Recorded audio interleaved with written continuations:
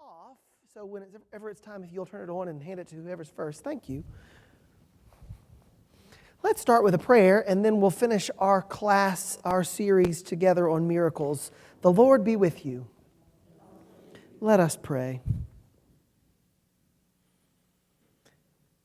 Gracious God, on this beautiful, quiet morning, thank you for showing yourself to us in familiar yet amazing ways. Bless us with the gift of faith, the gift of sight and insight. Help us know you as you are revealed to us in one another, in the beauty of creation, and in your word spoken long ago. Through Christ our Savior, I pray. Amen. Welcome. Come on in. I've got a handout for us. I've got 40 copies of it. I usually print about 50, but I thought I'd cut it a little light today. There's 2 for y'all and several for y'all. I don't really have to count. I can just kind of throw copies at everybody. Hey, Jerry. Thanks. If you'll give those to that table. Hey, friends. Make sure you get a good breakfast so you can sing Purdy. We're going to need all the voices we got. Yeah.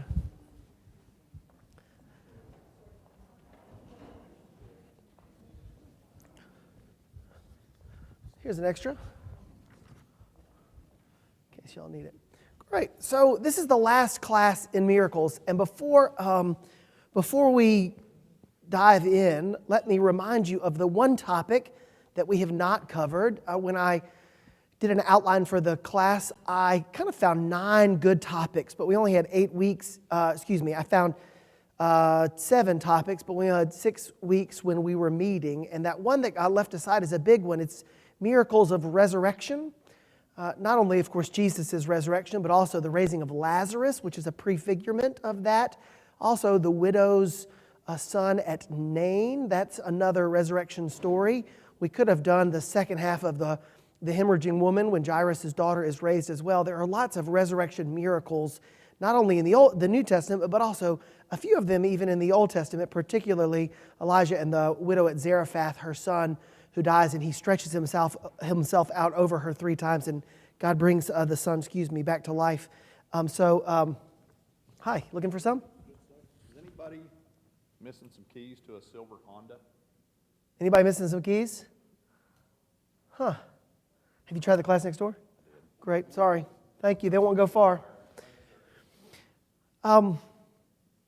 Anyway, so we're missing miracles of resurrection, but we've had the rest of our class, and I hope it's been good for you. Any responses to where we've been? Any overarching questions or issues that have come up in your mind as we've done this work together? Anything you'd raise for us? All right. Let me put these extras by the door.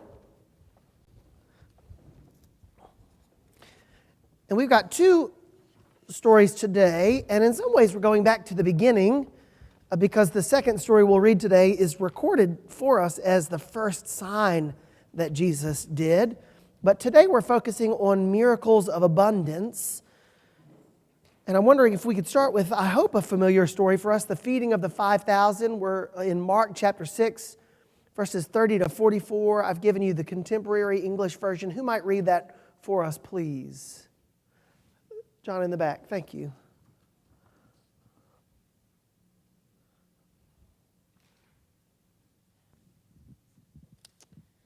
After the apostles returned to Jesus, they told him everything they had done and taught. But so many people were coming and going that Jesus and the apostles didn't even have a chance to eat. Then Jesus said, "Let's go to a place where we can be alone and get some rest." They left in a boat for a place where they could be alone. But many people saw them leave and figured out where they were going. So people from every town ran on ahead and got there first. When Jesus got out of the boat, he saw the large crowd that was like sheep without a shepherd. He felt sorry for the people and started teaching them many things. That evening the disciples came to Jesus and said, "This place is like a desert, and it is already late. Let the crowds leave so they can go to the farms and villages near here and buy something to eat." Jesus replied, "You give them something to eat." But they asked him, "Don't you know that it would take almost a year's wages to buy all of these people something to eat?" Then Jesus said, "How much bread do you have? Go and see." They found out and answered, "We have 5 small loaves of bread and 2 fish." Jesus told his disciples to have the people sit down on the green grass. They sat down in groups of 100 and groups of 50. Jesus took the 5 loaves and the 2 fish. He looked up towards heaven and blessed the food. Then he broke the bread and handed it to his disciples to give it to the people. He also divided the 2 fish, so that everyone could have some. After everyone had eaten all they'd wanted, Jesus' disciples picked up 12 large baskets of leftover bread and fish. There were 5,000 men who ate the food. Thank you. All right, it's a familiar story. One of my favorite questions to ask a group when we read or hear a familiar story is what detail did you hear or see that you didn't remember, or at least didn't remember quite that way? Any details strike you as being notable, as being odd, as being unfamiliar even in a familiar story? Or any details just capture your imagination?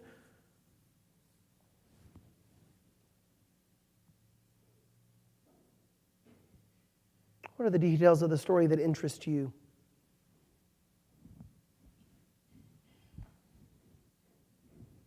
Ray, thank you. Thank you, Catherine. This line, let the crowds leave so they can go to the farms and villages near here and buy something to eat. Just struck me that, they had an economy there, and it was mainly a subsistence economy, I guess, but apparently they produced enough food that they could put some on the market for other people. Yeah. So we're, I don't know a lot about anthropology or history in that time other than the biblical narrative.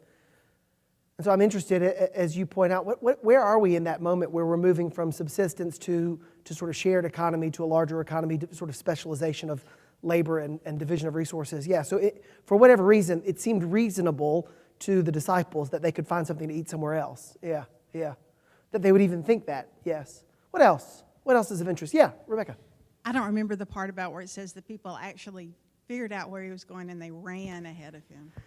Yeah, and we, except for the fact that it begins with a conjunction, I wondered if we could start in verse 31, right? But there were so many people going, or even verse 32. Like, where do you start the story? And I wanted to back it up to verse 30, because I think that after this, or the things that are happening before are important.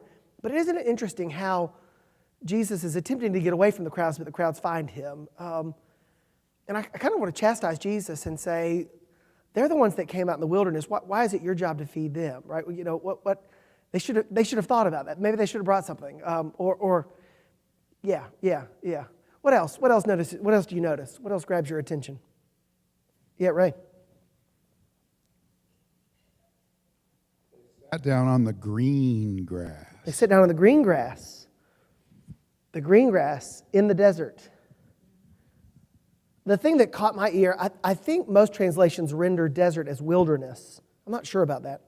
But the fact that this version uses desert and green grass really seem in opposition to one another. But I've always been fascinated with that bit about green grass.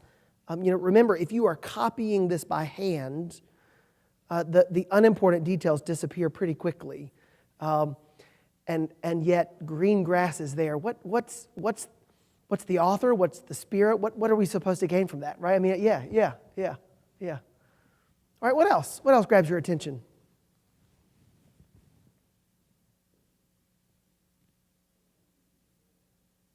All right, so what? Go ahead. Yes, thank you. The last sentence, there were 5,000 men who ate the food. Yeah.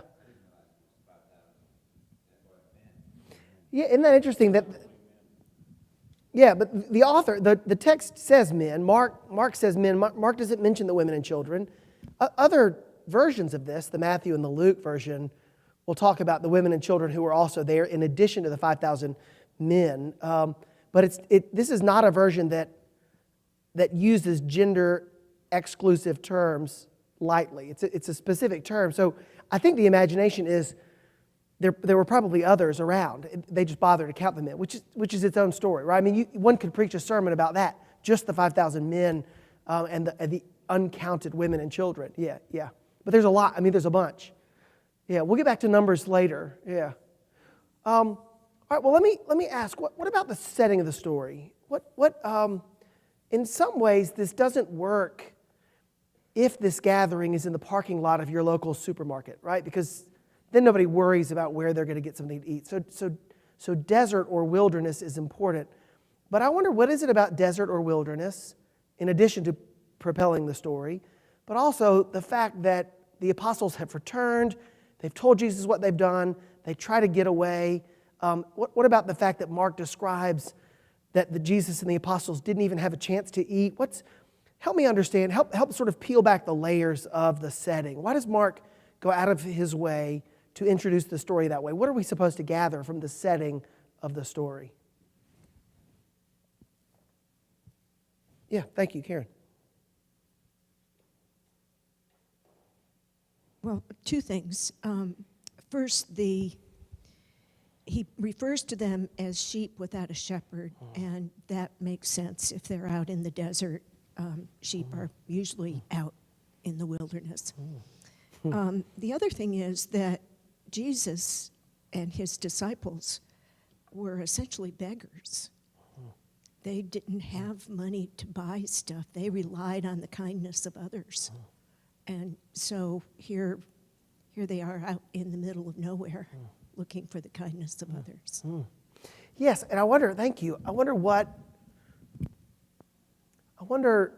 how the plight of Jesus and the disciples helps us appreciate sort of their reception, or maybe in the disciples' case, their lack of reception of the needs of those around them. Like maybe part of the teaching is the exchange between Jesus and the disciples, where they say, look, they've got to get something. And Jesus says, what do you think we've been doing? What do you think we've been about all this time? Yeah, thank you. What else? Yeah, Liz. It strikes me odd that he says he feels sorry for them. I don't know how to interpret that. Yeah, he felt sorry for the people. I Are didn't. they in a frantic, a frenzied pace, and that's why they don't even get to eat, or kind of like mobbing and stalking, so to speak, in a more conventional term or whatever? Yeah, I wonder, what does it mean to be a sheep without a shepherd? And is that part of what led them there? Jesus left to take care of his own needs, right? He got in the boat because they needed to eat. Sometimes you got to stop answering your phone or checking your email. Sometimes you got to have a day off. Jesus left to take care of his own needs, but the needs of others came and found him, and his response was sympathy. I didn't look up the Greek for sorry for them. I take it at its face, though, and saying that he looked at them and his heart sort of belonged to them. His heart went out to them. He responded with sympathy, with pathos. And for whatever reason, I mean, we can name that perhaps, Jesus felt it was his job to take care of them in that moment. Change of plans, disciples. We thought we were going to get away so we could have a break, but you know what? The need is right in front of us. This crowd is too big for me to pass it up. I'm gonna give them an encore. I'm gonna preach at them a little bit more. Yeah. Trent, all the way in the back. So what came to me is, let's say I'm out looking at houses with clients and they find a house they like and they're tired and weary after looking at a lot of houses, and it's getting to be 1 o'clock and they've not had lunch, and they found one they like and they want to write an offer on it, and I typically think, let's go get something to eat so we're not hangry and anxious. And I know sometimes, when traveling with kids and there's chaos and we're hungry and it's easy to get impatient and irritable.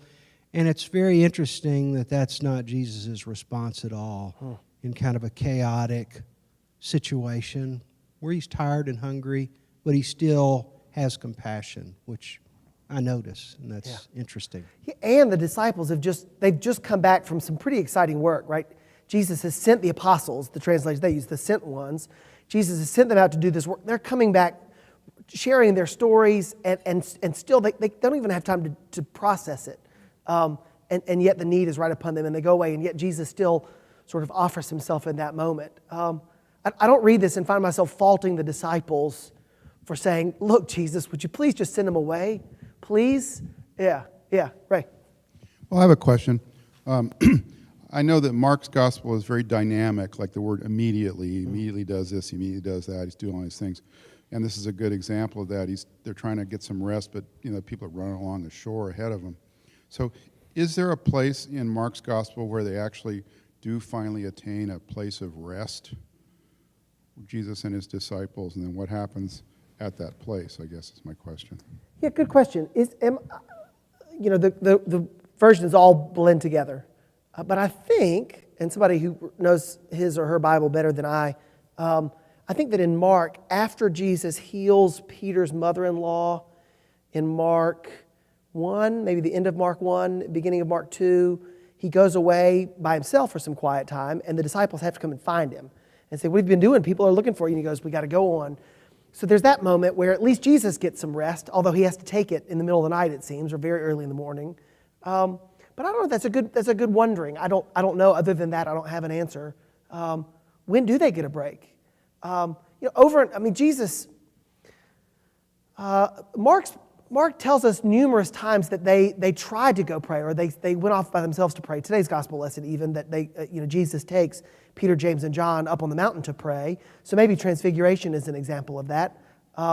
Yes, yeah, but I don't have any other examples right on my mind. Yep.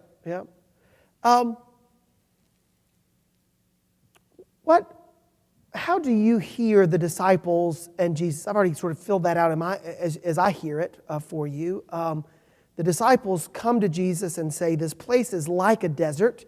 It's already late. Let them leave so that they can go nearby and buy something to eat." And Jesus says, "You give them something to eat." And they have the conversation about money. Why that exchange? Why?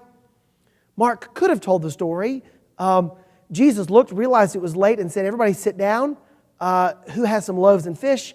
Let's distribute them to everybody." But instead, Mark and the other gospel writers as well put the concern on the lips of the disciples, and they have kind of this back and forth. Why have the disciples asking the question or doubting, if doubt is an appropriate word to describe their response?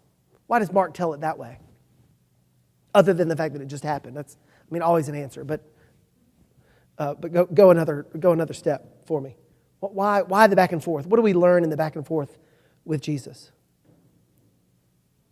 Yeah, Aubrey. Well, I think he's trying to teach them that they are recognizing the need, and then he's enabling them to solve the problem. It would be easy for him to just send the crowd away to go get dinner, but he's saying to the disciples, "Well, let's try to figure it out. And you saw the need, so let's see what we can do about it." Yeah. So am I hearing you say that he's trying to teach the disciples that they have a role to play, that they've got to solve problems too? Yeah, they have a role in ministering as well. Yeah, the way we might say to our children, I know the answer to that math problem, but let me help you figure it out. Yeah. What else? Thank you. I like that. What else? Yep, up here.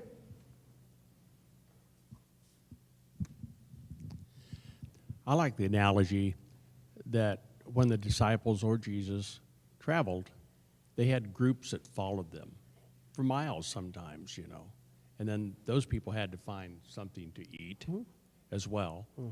Now all of a sudden they run across this spot and thousands of people show up. Now there's an opportunity for Jesus to send a message to them. And so we're all, if you've ever been around something that's supernatural, which I have, and it's kind of neat, you never forget it, and you want to spread that to other people. So you're able to bring together a new group of disciples, okay, and grow it very quickly because of this miracle of the multiplication of the loaves. Yeah, thank you. The fact that the people following Jesus, it's not just 12 people. It's a group, and the fact that this at least demonstrates to some extent Jesus' ability to care for them, or even if you strip away all the supernatural, and you try to read this without any miracle in it at all, you still are left with a Jesus who is able to find provision for a larger and larger crowd, which enables this movement to kind of grow, and not just. And so Jesus' preaching is not just itinerant as he moves from town to town with a few helpers, but this whole mass of people is now able to go and to travel. Maybe not without any sort of interruption, but yeah, it gives life to that group. Yeah. Ray, did you have something to add?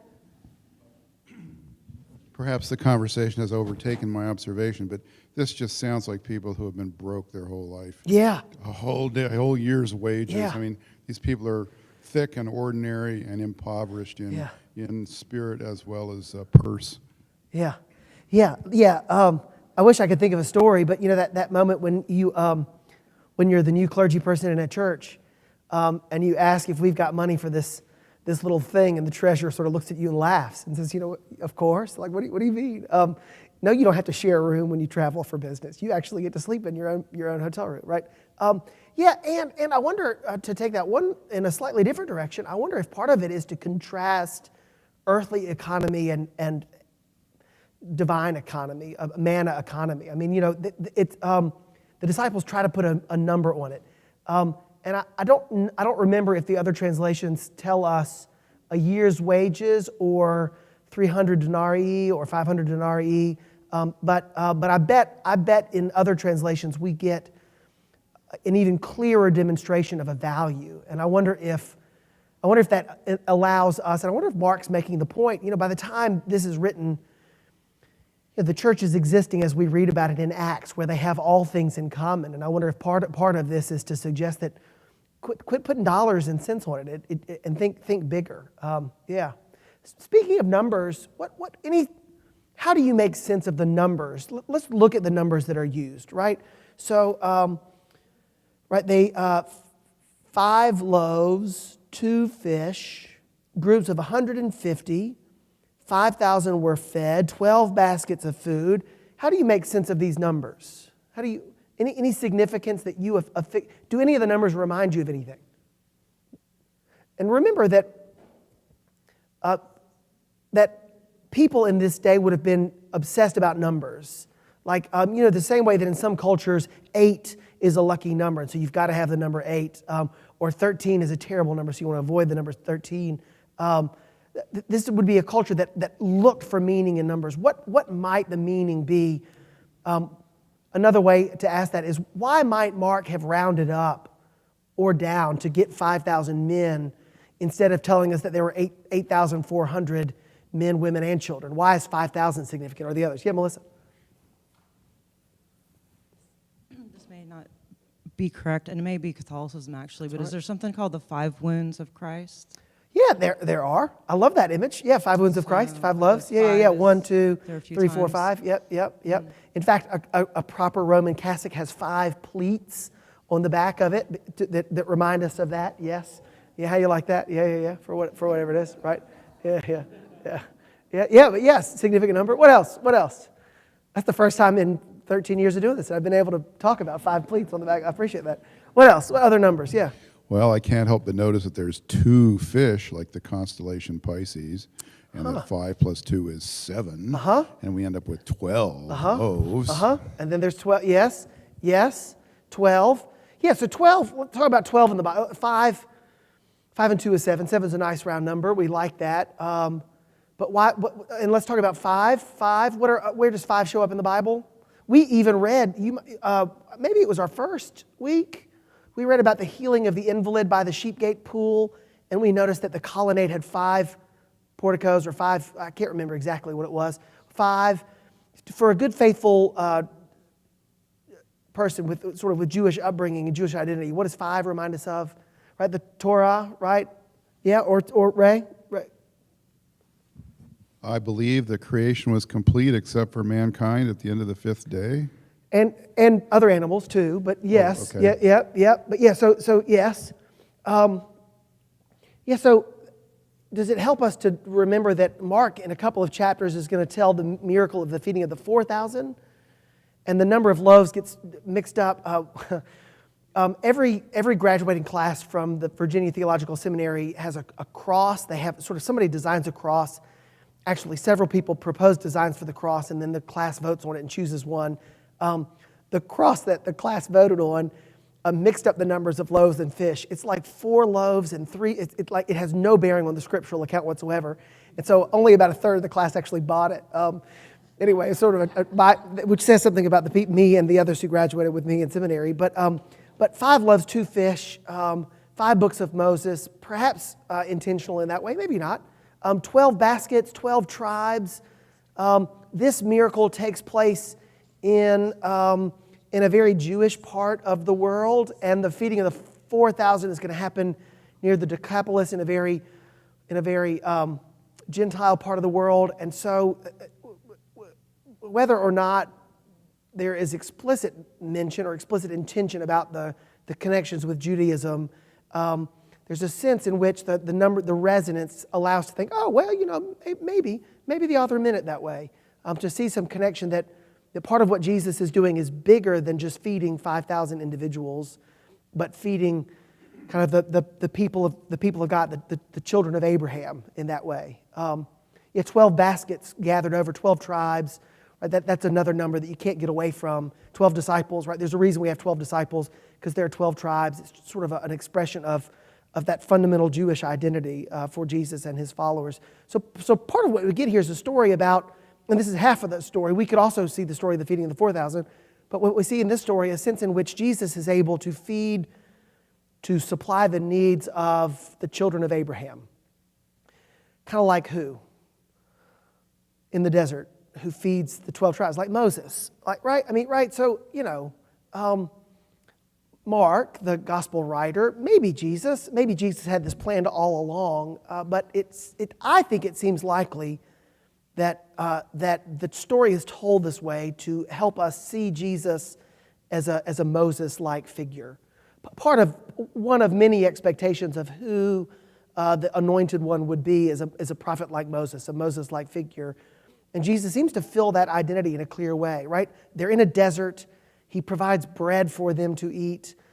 Fish too, and quails are a part of what God gives God's people in the desert. But we don't really talk about the quails as much as we talk about the manna, nor do we talk about the fish as much as we talk about the loaves.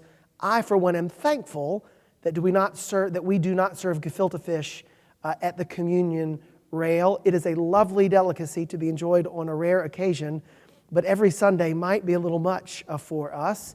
We do bread and wine instead of fish and loaves, and I am grateful, and I bet you are too. But so we see these images, we see the story. There's also another connection. Elisha feeds a bunch of people with some barley loaves. It's not 5 loaves, it's actually like 20 loaves, 20 small loaves, but he feeds a multitude of people with the same kind of thing, and I've given you the reference at the end of your handout there in 2 Kings 4. So Jesus is kind of stepping into a role, kind of like, seminarians love to do this. Sometimes it's not just seminarians, sometimes it's ordained people as well, but love to quote Martin Luther King in sermons.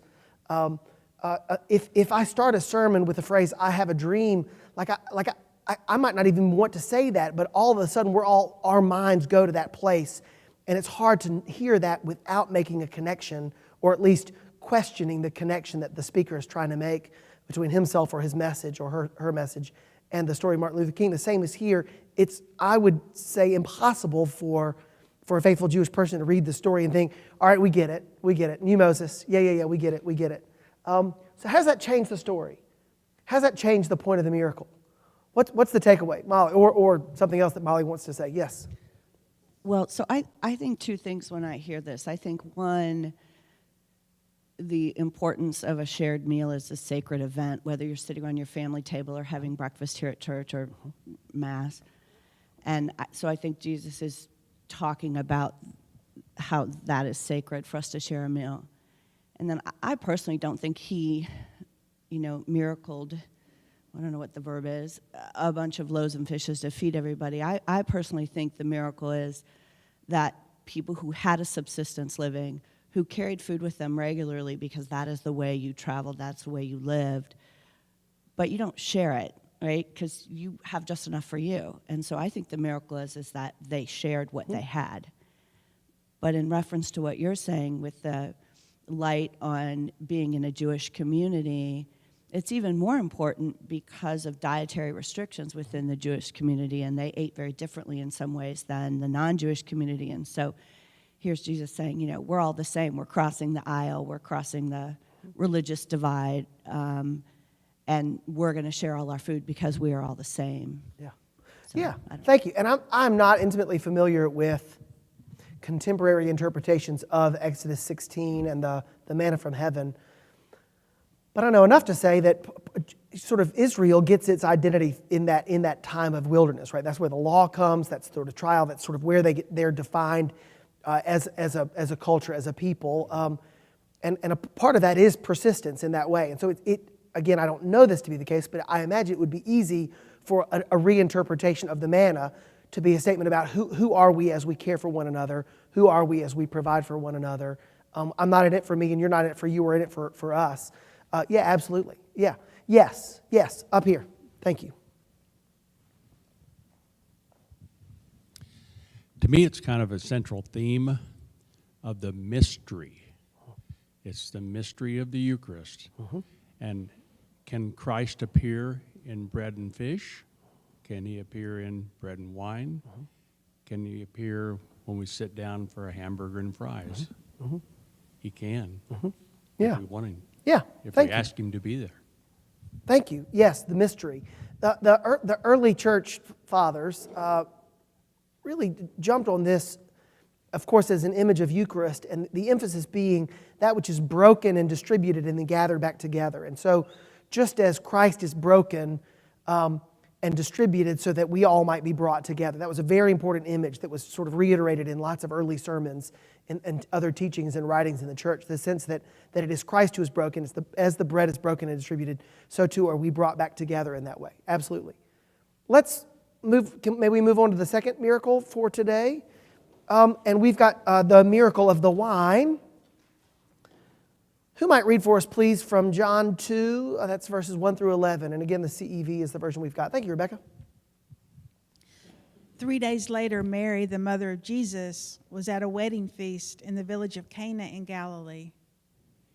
Jesus and his disciples had also been invited and were there. When the wine was all gone, Mary said to Jesus, "They don't have any more wine."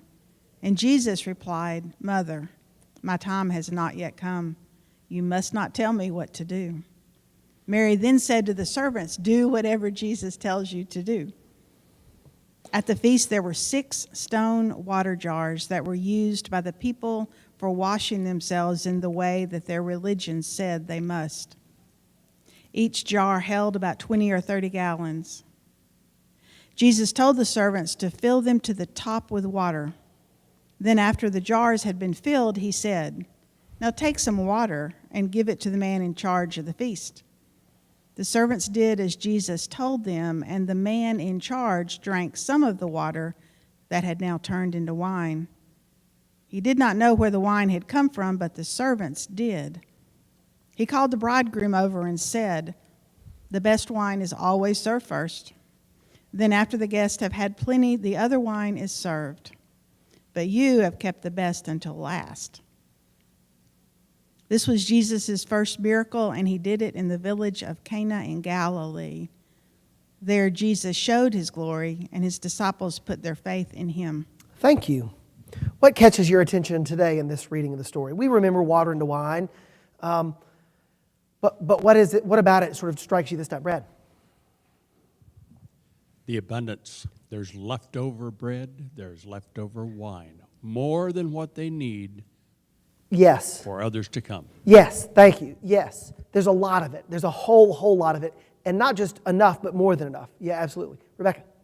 Also, like in the other miracle, there's this conversation between Jesus and the disciples, and the go between Jesus and his mother. Yeah. So there's something there. I mean, it doesn't have to be that way, but that's given to us. I wonder if that's a device to draw us in or to bring our own questions or our wonderings. Yeah, absolutely. Thank you. Yeah. What else catches your eye or your ear? Yeah, Karen. Oh, right here. And his mother knows that he will come through for her. Yes. She goes to the servants and says, yes, "Do what he tells you to do." Yes. Yeah, and the language, I'll remind you that the language of the Greek is an idiom, a Semiticism, where it says literally, "Woman, what to you to me?" Often is translated in English as, "Woman, what business is that of yours and mine?" Or "What does this matter to you and to me? My time has not yet come." That's a clear bit.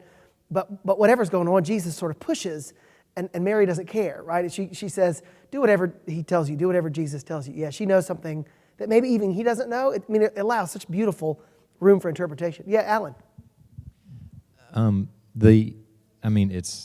It's simple, but you saved the best till last. Just really amplifies hope, the uncertainty of the future, the openness, the mystery, which I really appreciate. Yes. Save the best till last. Mystery, hope, the future. Yeah, absolutely. Yep. In a sense, Jesus was the best at last after all the prophets, and you had all the Jewish history, Yeah. and Jesus is the best, and he's the last. Yeah, I think that's part of the message that John has given us. Absolutely. Yeah, and I think John, when he adds that detail about you've saved the best to last, when the sort of the steward or the bridegroom says that, who is it that says it? Yes. He called the bridegroom over. Yeah, the master of the feast. I think when he says that, he wants us to wonder not only whether the wine that Jesus provided was better than the other wine, but wants us to see in what ways is Jesus' dispensation, is Jesus' manifestation of religion comparatively better than that which has gone before. Yeah, which makes me a little nervous, but yeah, Trent. Yeah, so the thing that kind of confuses me is Jesus seems to be saying to his mom that he's not going to be kind of pulled around by the whims of the moment, but is kind of following a deeper calling, perhaps. But then he does it. Mm-hmm. So I'm not sure what to make of that. Yeah. It's kind of like, no, I'm not going to let the little whims of the moment lead me around, but okay. Now that you say it's my choice, I'll do it. I don't know. Is the point where, to say that there's only one meaning, one intended meaning there is to mistake the nature of the text. But are we supposed to leave that thinking to ourselves, Mary knew what time it was and Jesus didn't see it yet. Mary forces the issue because her son was shy. Or are we supposed to think, that somehow there's something more subtle going on here, right? Yes.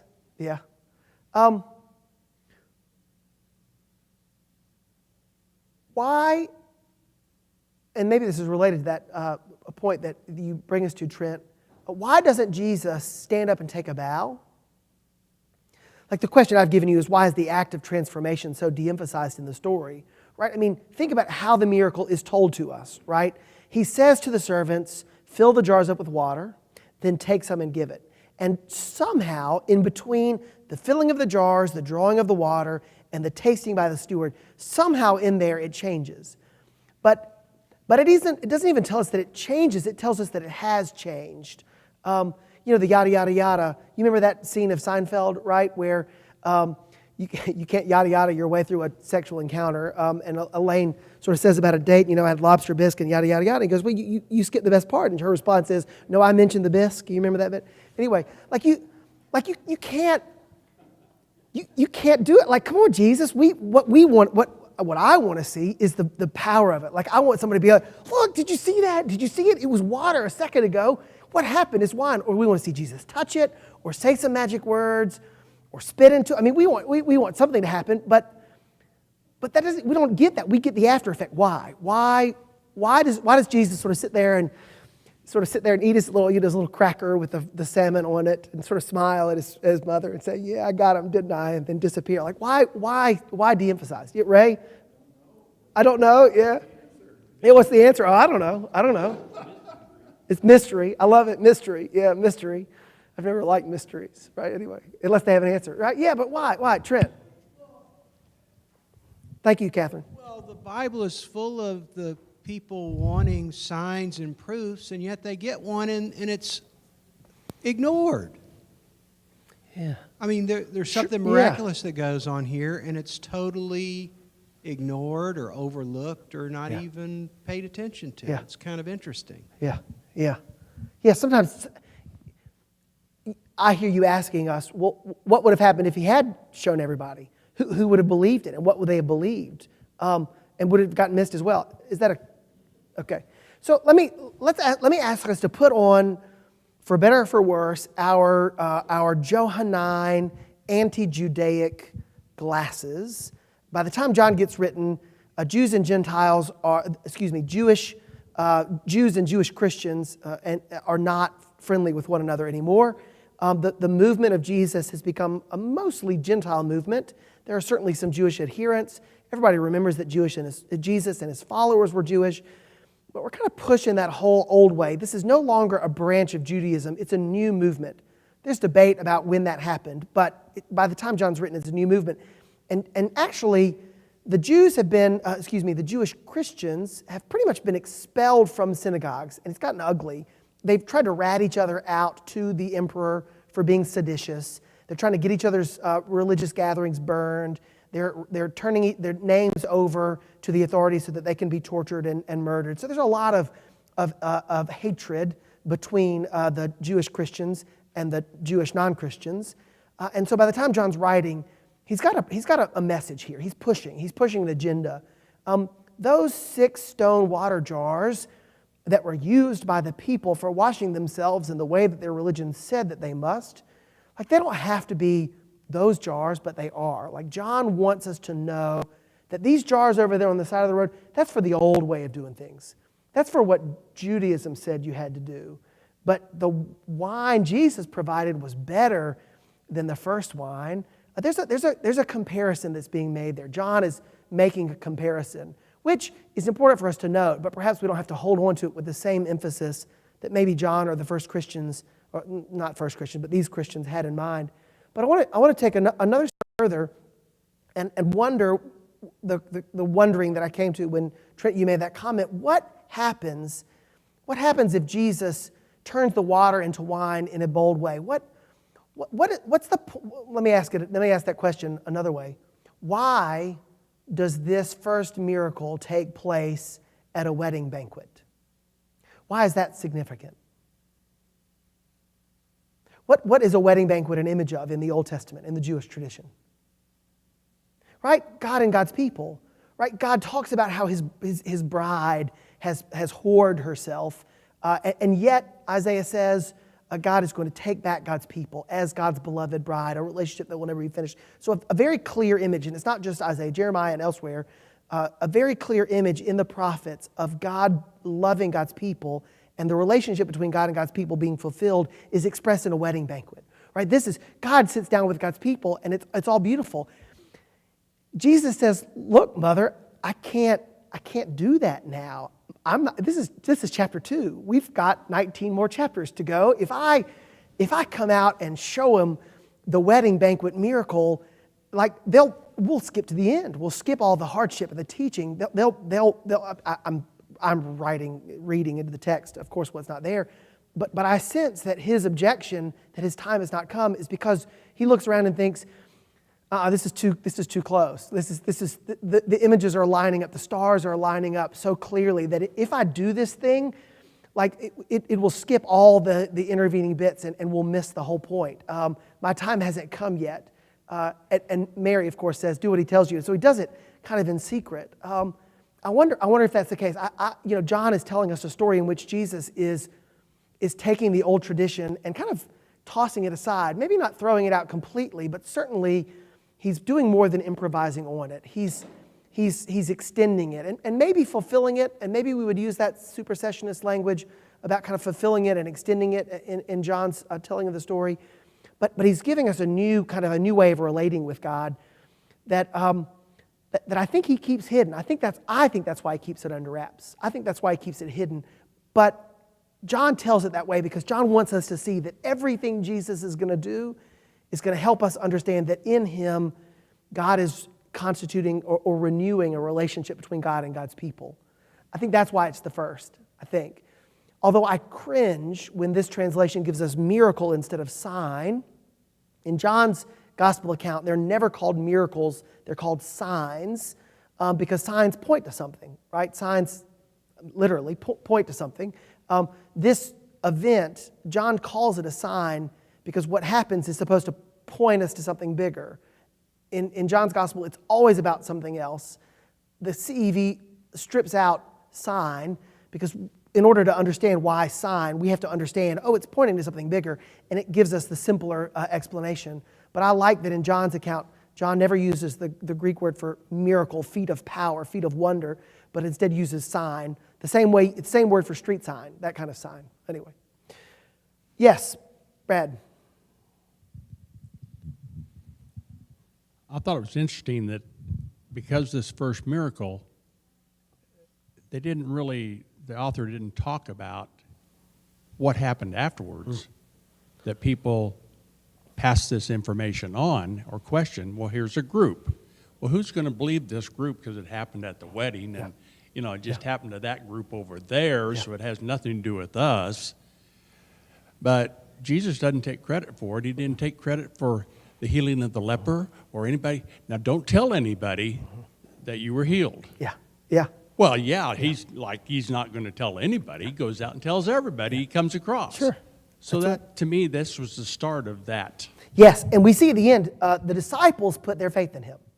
Right? John lets us know that it didn't go completely unnoticed, and that the fruit of this is the building of faith. And by put their faith in him, that doesn't just mean the disciple thought, oh, we thought he was an imaginary friend. He's real. By putting faith in him, that means he's the one that's going to restore this relationship. Of course, they're starting to put the pieces together, but they're not, because they're going to be pretty block-headed all the way through the telling of the story. All right, so the miracle, and maybe the point of our whole series, I didn't think about ending this way, but it worked out well.